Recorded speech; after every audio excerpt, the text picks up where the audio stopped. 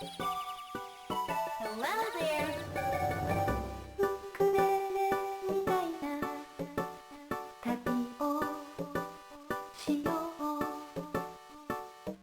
歩いて行こう月のかけらを拾いながら地図の代わりにキャンバス虹の雫で日の出に間に合うよ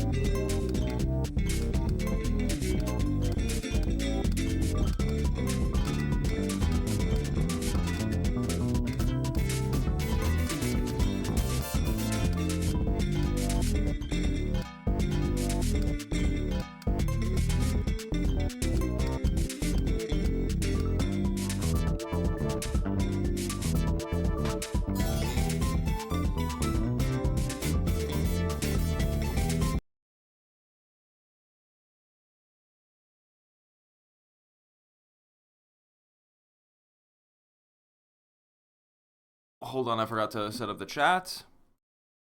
What's going on, everybody? How's it hanging, everybody? What's going on, everybody?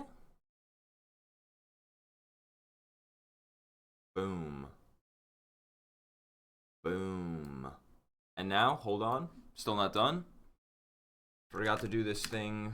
Forgot to, you know how it is. Logitech C270 webcam.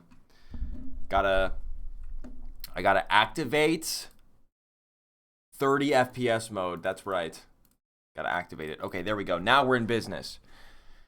What's going on? What's up, everybody? Welcome to the real life, real world.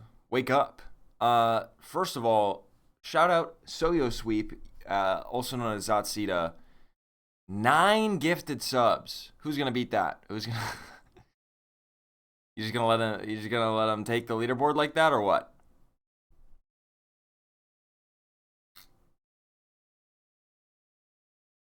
Nine gifted subs. Thank you so much. And not a single one of those gifted subs went to Gay Guy the Second. Unbelievable. Truly unbelievable. Well, thanks, Enormous Quacker. Welcome, one and all. Raspberry Phoenix, Saturn, Unicorn, Sodi, Saja, Gay Guy, Alex, Person. So you're sweet with the gifted sub to Gay Guy the Second. Thank you very much. There you go. Rainbow Bugs, welcome, welcome. Old Bald, classic face. I know a hater when I see one. Welcome one and all. Are you all happy now that I said your usernames? Love to do that. Gets everyone excited. He said my username. That's me. He said me. Grow up. Sorry.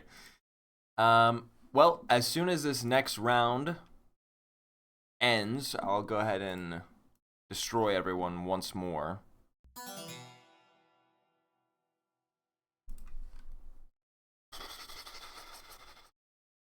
Kicking my feet. Wait, I forgot to say your name. Tomfoolery. Welcome, Tomfoolery. How's everyone doing? Dargoriox. Sorry for forgetting you. I see Mountain Goat. Mountain Goat in the Tetris lobby.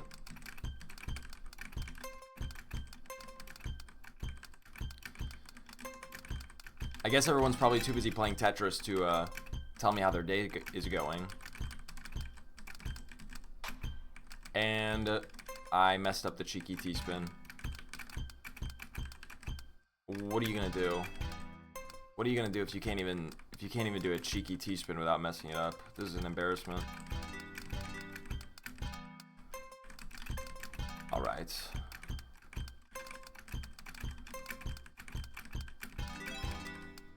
Let's see who's gonna beat me. Anyone wanna dethrone the king this time?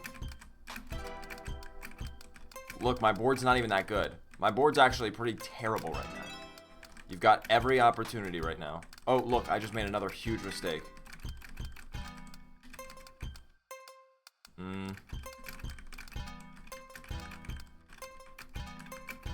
You've got every opportunity. This is your chance.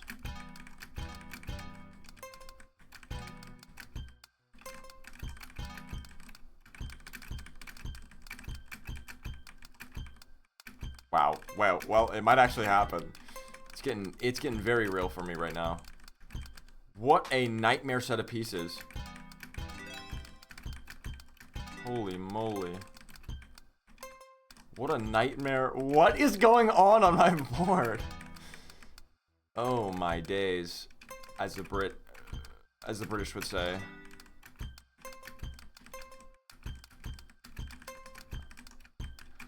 I'm in a very British time in my life, in case you guys hadn't noticed. Bruh. Really, bruh? Really, bruh? Really, bro? Seriously, dude?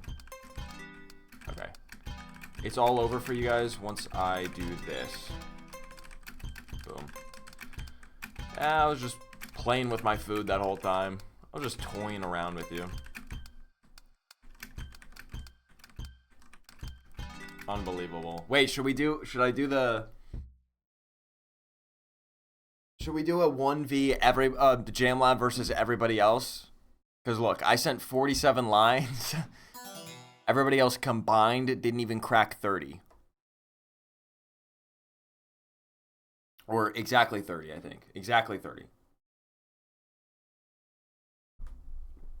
Exactly. With no Sundays here, I think we could do a Jam Lab versus everyone, but I don't think I can change the lobby settings now.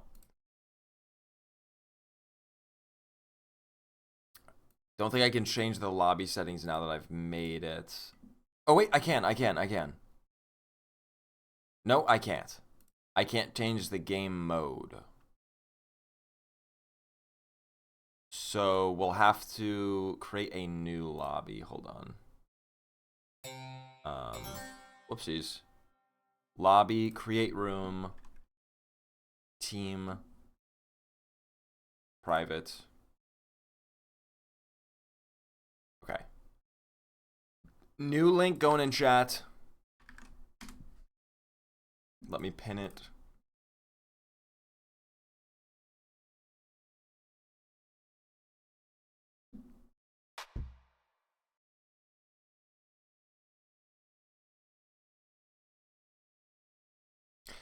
I'm going to be... What team am I? Am I blue? Everybody else be red. Everybody pick red.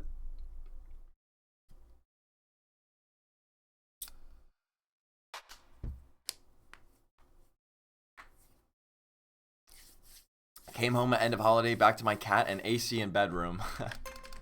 That's good. AC is pretty important these days.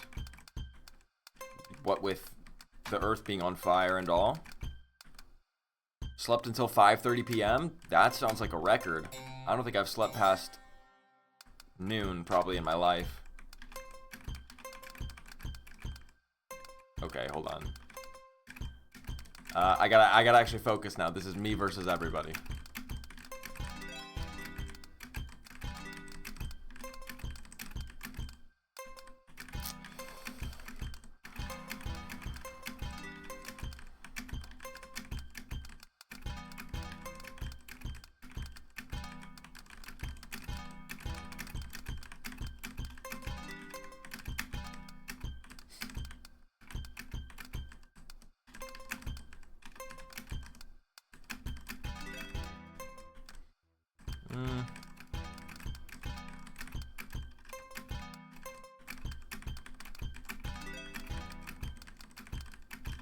There's an interesting difficulty that it presents when you're going against I don't know how else to put it other than a bunch of little minions sending you, you know, one or two lines here or there. Because when you're going against somebody who's like mostly aiming to clear full Tetrises like me, or larger, you know, like here I'm about to clear a Tetris. So I just sent somebody 4 lines. But when I'm going against a bunch, but that also makes it easy to clear those lines, because then when you receive the lines, they're going to have a neat gap in them, based on the way that they were cleared if it was with a, you know, a line piece. But when you get a bunch of little garbage with the holes all scattered around, that makes it more difficult to get rid of. And look, hold on, you guys are doing something right now. Somebody's doing something right now. Look at this. Uh-oh. I don't have the best pieces. This could be dangerous for me.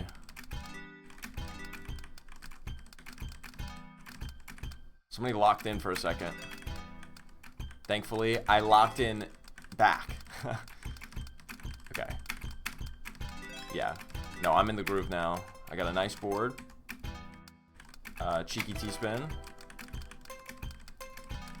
If you hear the words cheeky T-spin uttered from this guy, it's over. You know your days are numbered.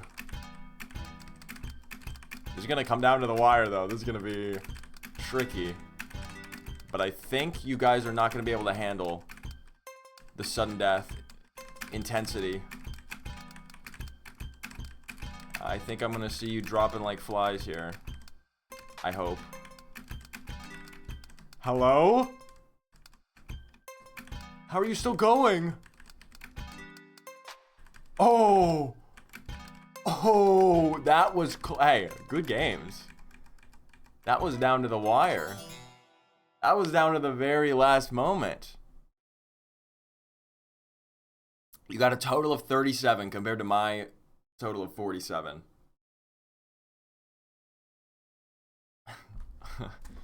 Almost beat the GOAT, and I did beat the GOAT. Mountain Goat 32.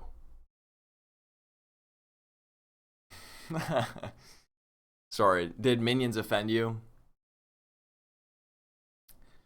My day's going bad. You ruined my stream. Were you filling in for the lab? That's my bad. Wait, guys, I can end stream. I can end stream if we just want to watch Rancid's, what is your name? Spider Eggs, that's right. Rancid Spider Eggs, what a username. Do you guys want me to, I'll just end stream. Cheeky T-spin. Hold on, wait, this is actually a little bit bad.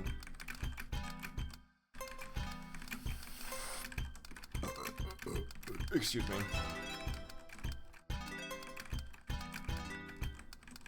I'm gonna see if I can actually kill you all even faster than last time. So I'm gonna send crazy Tetrises. I'm gonna send T-spins.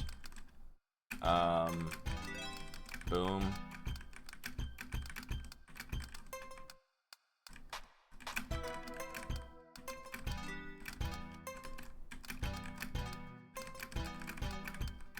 How about that? How about that? It's Jover.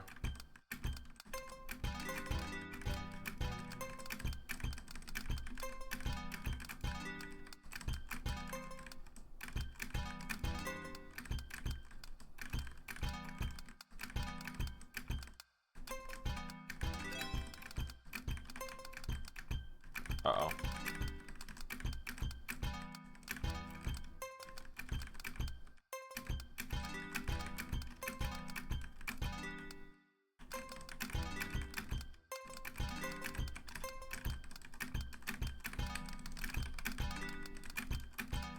Okay. Okay. The minions have some hands. The minions got hands. Not going down without a fight. I see. I see. Cheeky T-spin, though.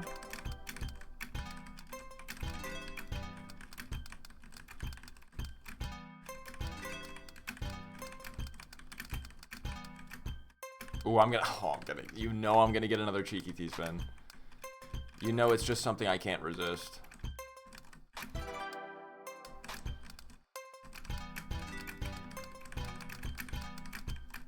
Come on. It's over. It's over. It's over. Just give up. Just give up while you still have your dignity.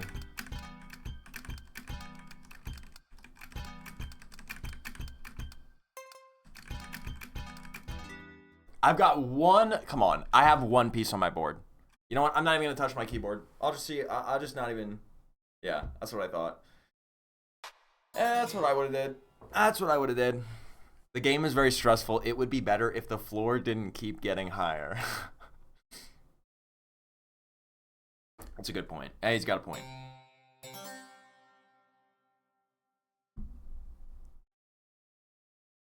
It's a good point.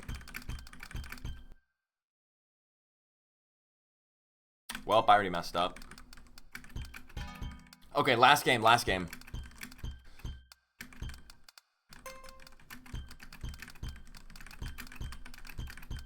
Last game, and you know what? I'm going to consider this game a loss for myself if I don't manage to get a T-spin triple. How about that? My objective is going to be to get a T-spin triple.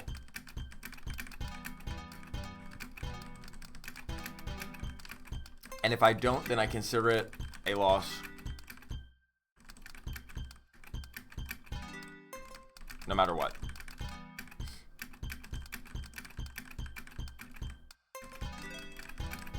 Okay. Just trying to clear my board first. Get myself in a, you know, a good position to create a T-spin triple setup. Let me just try to, okay. Get my board down here. Now, how do I want to do this? How do I want to do this? could do that. I could do...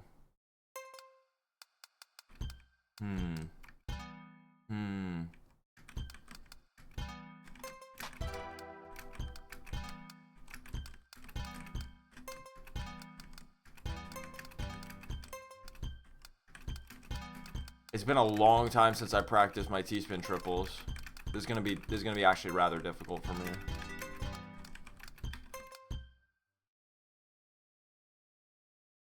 Okay, what piece do I want there?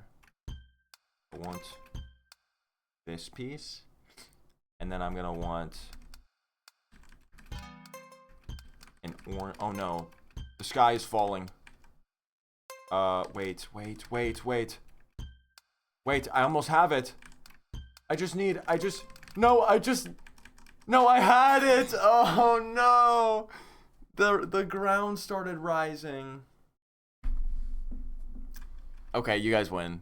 I had this set up, but then I didn't get the T-spin fast enough, or the T-piece fast enough. By the way, okay, I'm done. That was the last one. But just to show you, here's a T-spin triple. Here's what a T-spin triple looks like. So you need to make a setup that's kind of like a... So you basically want... Like, how do you even explain it? You want a T on its side, like that. Do you see in the cavity here how I've made a T shape on its side? And then above that, you need a ceiling. Like this. Okay? So I'm going to actually... Bro, I can't believe it gave me this piece. Okay, whatever. So I'm going to do... Let's just, for demonstration, let's just do...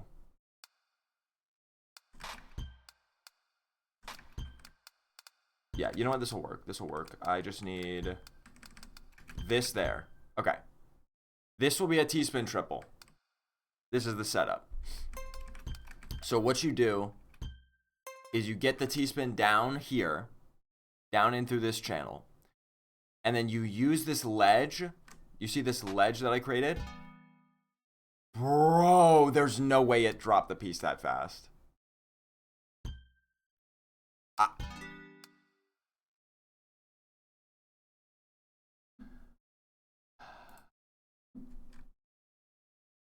Okay. God forbid I try to demonstrate something. I didn't want to drop the piece yet. It's unbelievable. Can we actually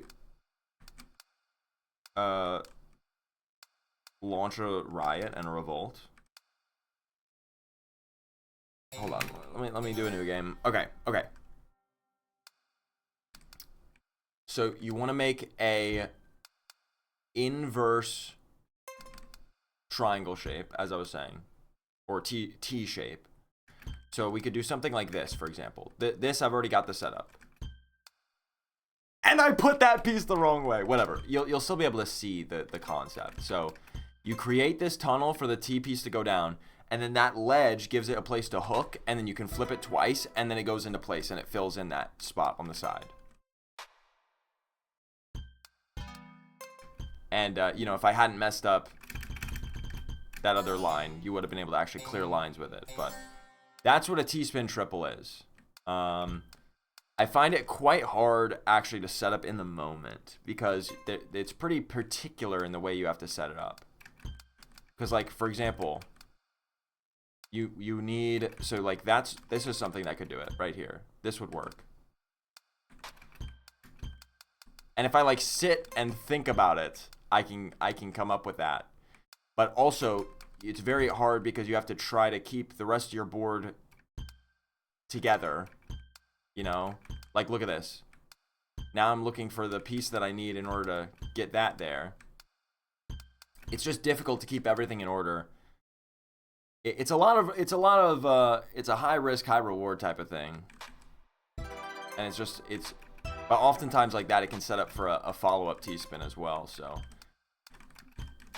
It's really good. Like, it's something that probably if you're really good at the game, it's kind of an important skill to know how to do those on the fly. And for me, like, I've done T-spin doubles like these so often, it's become like second nature. I don't even have to think about setting it up. Granted, it's not as complicated of a setup, and it can occur pretty naturally even. But the T-spin triple is a lot more of a deliberate thing and a bit harder to set up. So it's not something I often go for. And I'm admittedly not that good at it. But anyways. So that was our little Tetris moment. I think maybe I'll do actually a little bit of... just throw my hat into the ring, see what happens in the big boy lobby. Battle Royale, what do we think? Can I do it? Can I hashtag do it?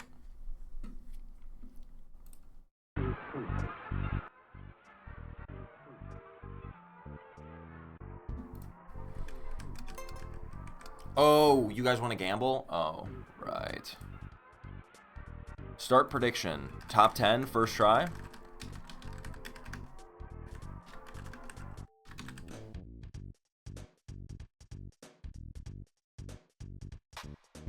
Let's go jambling.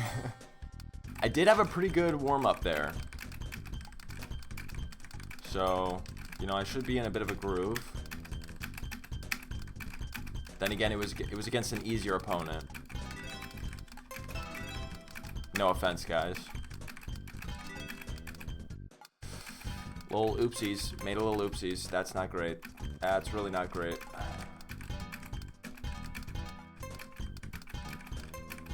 It's okay, though.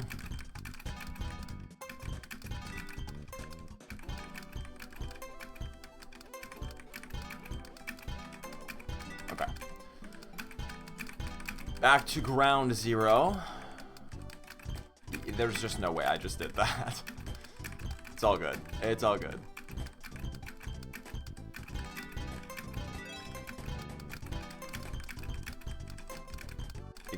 It's about keeping it a $1.50 down here. There's no way I just did that also. Like, am I trying to lose? What's going on?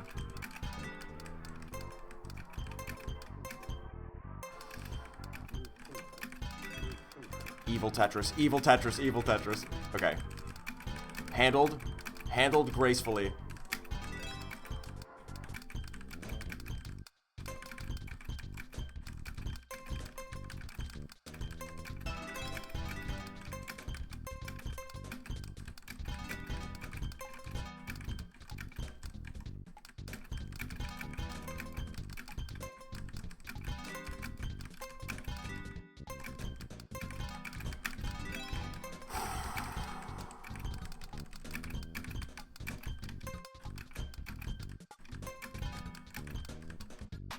T-spin double. Bang! Okay, come on. Line piece. Good. Let's do that.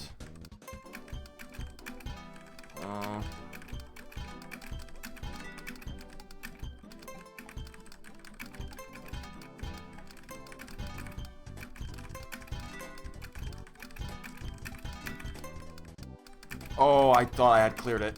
Ah, I wasted that line piece. It's okay, though.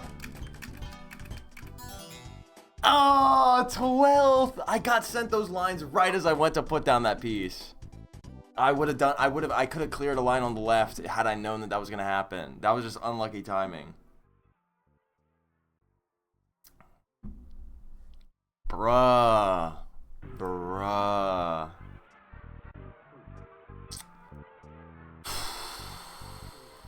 That was a close one.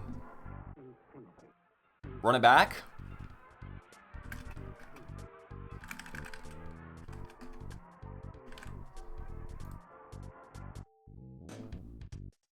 Hold on, let me get a different song.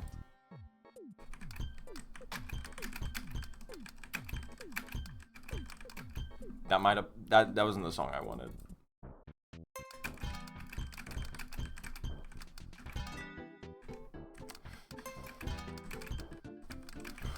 Really? Okay. Bear with me here, and I already lost. Just kidding. I'll be fine.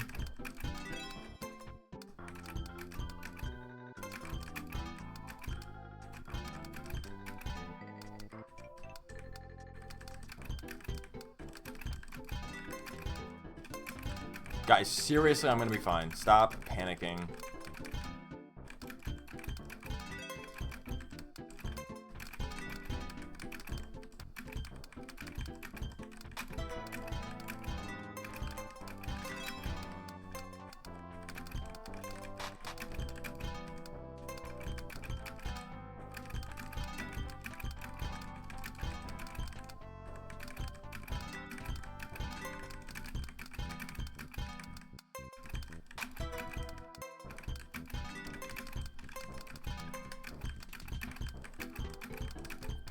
Give me a T-piece! Are you kidding me? Are you kidding me?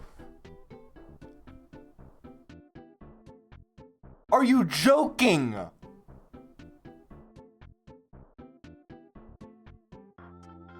Are you joking? It trolls. It trolls. You know what? It's a stupid hat. It's a stupid hat.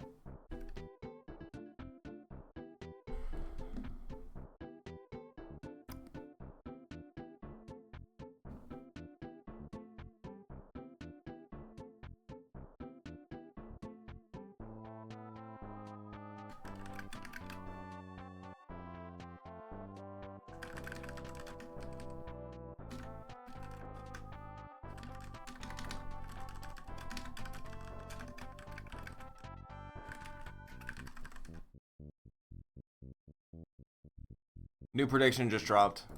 Final prediction. Final prediction. It's all on the line.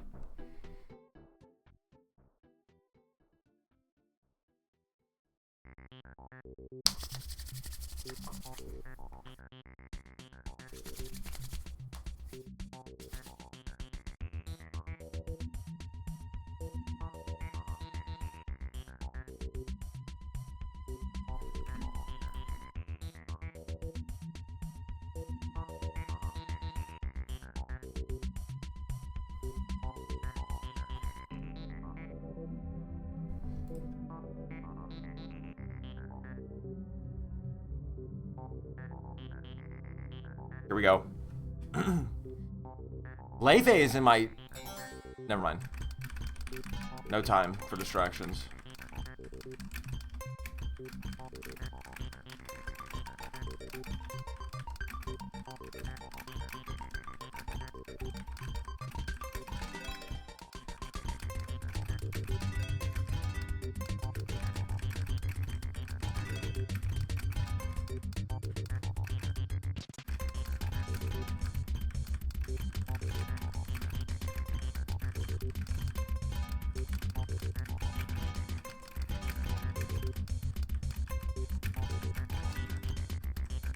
What am I doing?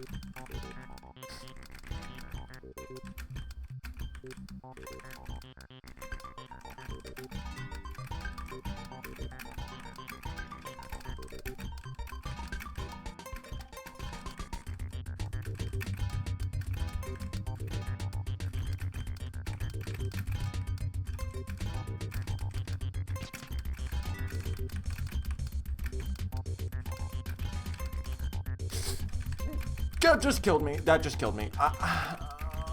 No, didn't. No, didn't. Shut up. Stop being such a doubter of yourself. What are you doing, man? How are you gonna doubt yourself? If you're gonna doubt yourself, who's gonna believe?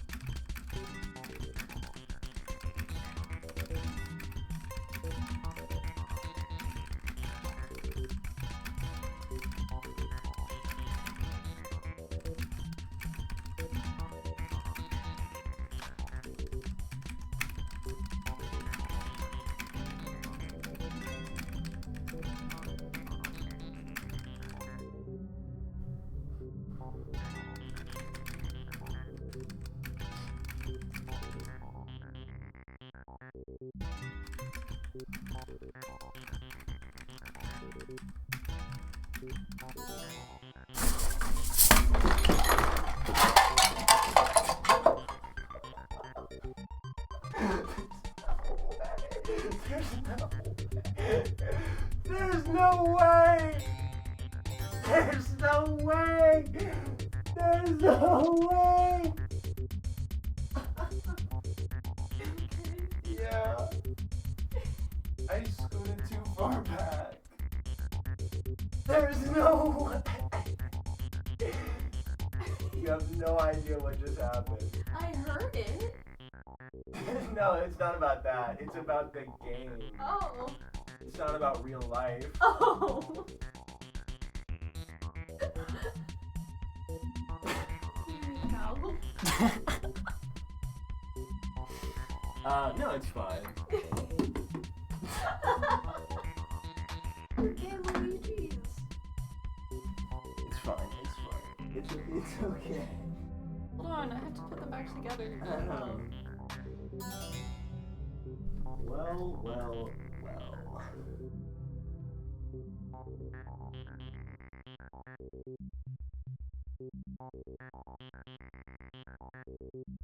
They're back to being gay. That's good. That's important.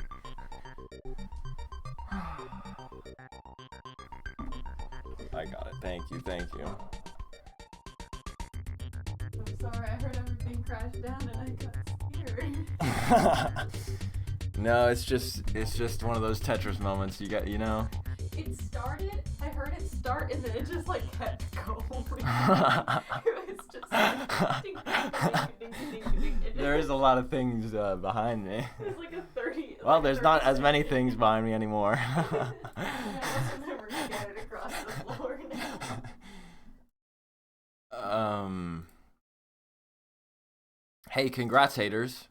I don't even want to think about that moment of my life ever again.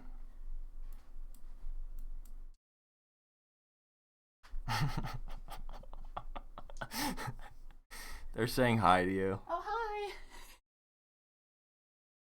hi. Did an earthquake pass by? Yeah, actually, that's what it was. Dude, can you talk about... No, whatever. I'm not going to be a sore loser. I just thought... I thought that was going to be my cinematic finish. And it's crazy. Whatever. It's just so crazy. You saw me, I don't know if you saw me, I was holding some of those lines. Because I had big lines to clear. And I was holding them for a second because I was just kind of waiting to see if somebody would send me lines. Because as you know, if you clear lines, it just cancels out whatever's in your buffer that's getting sent to you. So I was waiting as long as I could on some of those, in hopes that I could just cancel some lines from getting sent to me. And after doing that, over and over, then what happens? It was no mistake of my own. I never made a mistake there. But what happened, in the end, all it was after all that time of not getting sent any lines, 2 people send me lines at the same time. And I had the space ready to go to clear it and everything. But because 2 people sent me lines at the same time, I just instantly lose. And you know what? I will say that's where like Tetris 99 on the Switch, it doesn't have any kind of sudden death where the floor rises type of thing. All it does is but what it does is the game gets progressively faster, so the pieces drop faster, so it starts to get like almost impossible level of difficulty. Like they start dropping so fast you literally can't even move them in time. And honestly, I prefer that to the floor rising, because the floor rising just makes it so you get one Tetris at the end there and it's over. It's like too much of just a random. It's like random by the end of the game. Because you saw, it's like after I lost, there was like 3 seconds before the game was over. It's just like basically, it's random who gets first place in those situations. But the fact that I didn't even get 5th, you're kidding me. Should I get Peggle during the Steam sale? Yes. It's actually such a fun game. I'm a legitimate Peggle lover now. And speaking of Peggle, I think that's a good place to never play Tetris ever again in my life. And instead play Peggle.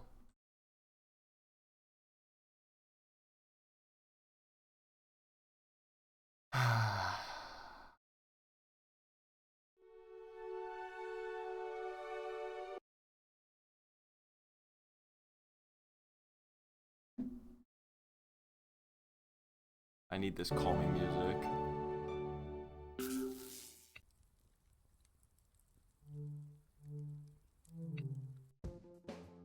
Okay. Here we go. Is Peggle Knights or Peggle Deluxe better? It's basically just like Peggle 1 and Peggle DLC. Like, it's the exact same game, it's just more levels. It's legitimately impossible for me to say one's better than the other because it's the exact same game, just again, with more levels. So honestly, I don't think it matters. Anyways, here we are with War and the Rabbit. What is he doing? I forgot. Oh, he's Indiana Jones. He's a treasure hunter.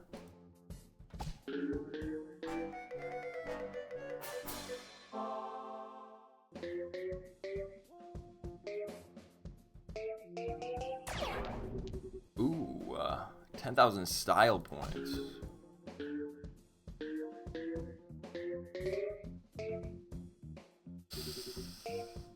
That was an unfortunate turn. That was not the greatest.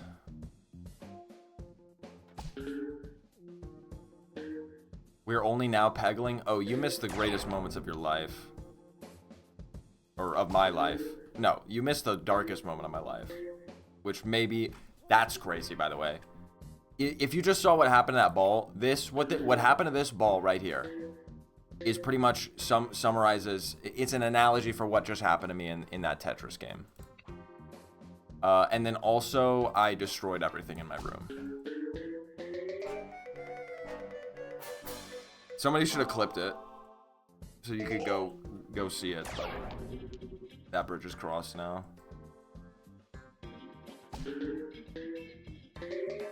One day the clip will emerge, I'm sure.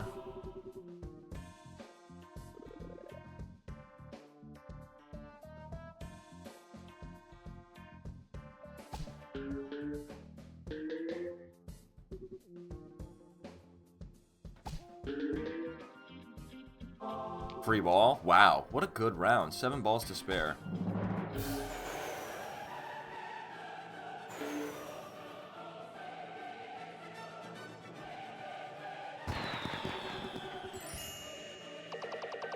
Gargoriak suggests Kuru Rin for the Game Boy Advance. Just played on an emulator. Okay. I've never heard of that game in my life. Kuru Rin.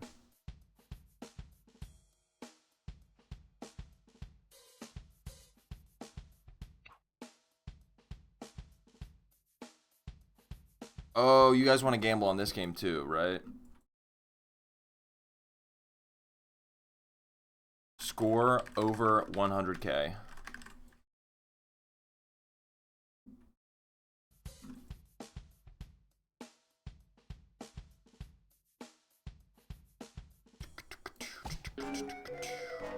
Give me that triple score. Super guide? Bro. Ooh, wait, but we got the double green? And the triple score. Wait, this could be huge. We're already at 50K. Hold on. If you if you already bet it on no, then that you might be an unfortunate one for you. And I got long shot, which is 25K. We're already a third of the way there. It's pretty much impossible to not get 100K at this point. 100K isn't much. I think you'll do it, but I still voted no. And look how that's paid off.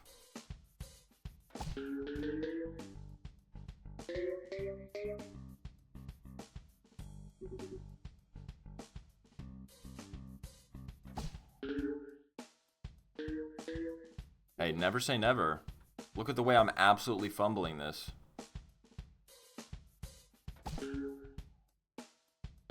Are you kidding me? Hold on, wait.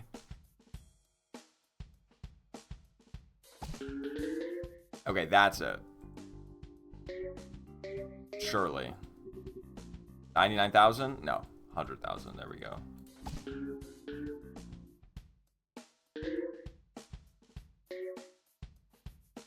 I should do more, wait, I should do this more. I should do, like, relatively easy predictions, or, like, relatively easy challenges to bait all of the haters into losing their globs.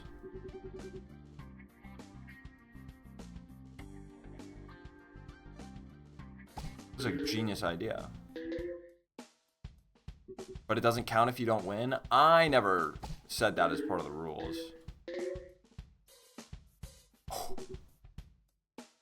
So I think it does count.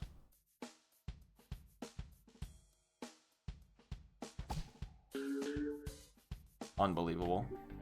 And I actually might not win, by the way. I'm not gonna win.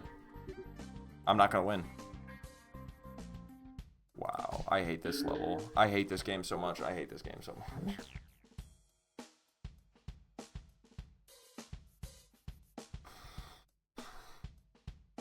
Does it record your score if you lose?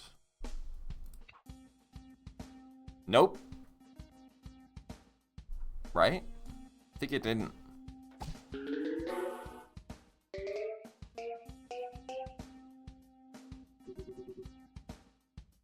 No, it doesn't record your score if you lose. So does that... But, like, I did get 100,000 points. Okay, what if I just cancel it? I'll just return everyone's globs. Admittedly, that's a bit of a gray area. Let's run it back. 100K plus win, to be more specific.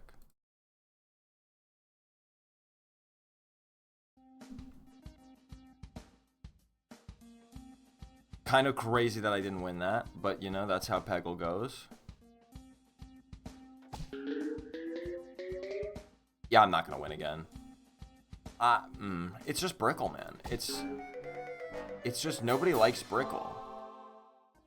I don't want to play Brickle. There's too many bricks. That was not bad.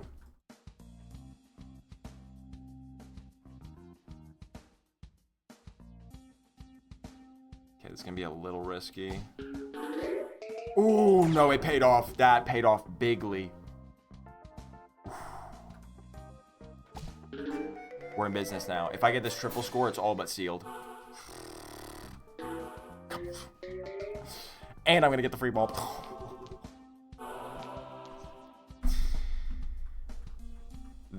It's not even possible for me to...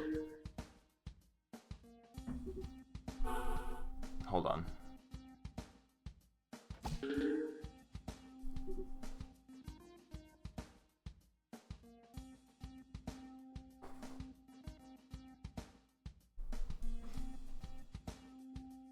I hate this game. Don't buy this game on Steam Summer Sale. This game is awful.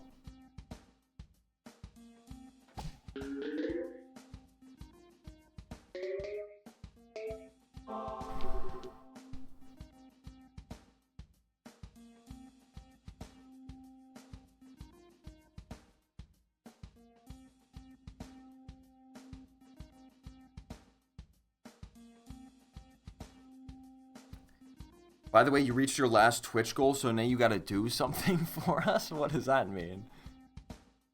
Also, I don't even set those goals. I have never set a Twitch goal. It just does it automatically, and maybe I can get rid of it, but I just didn't bother. I have pretty much, I've taken the laissez-faire approach with Twitch, where I just, like, don't care, and I'm just doing whatever.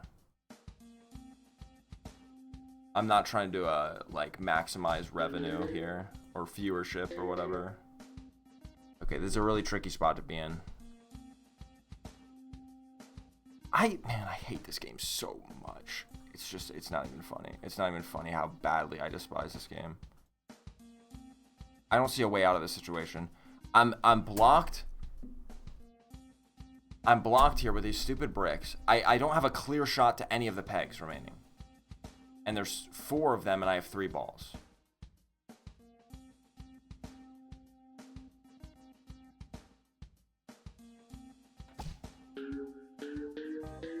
Dude, like,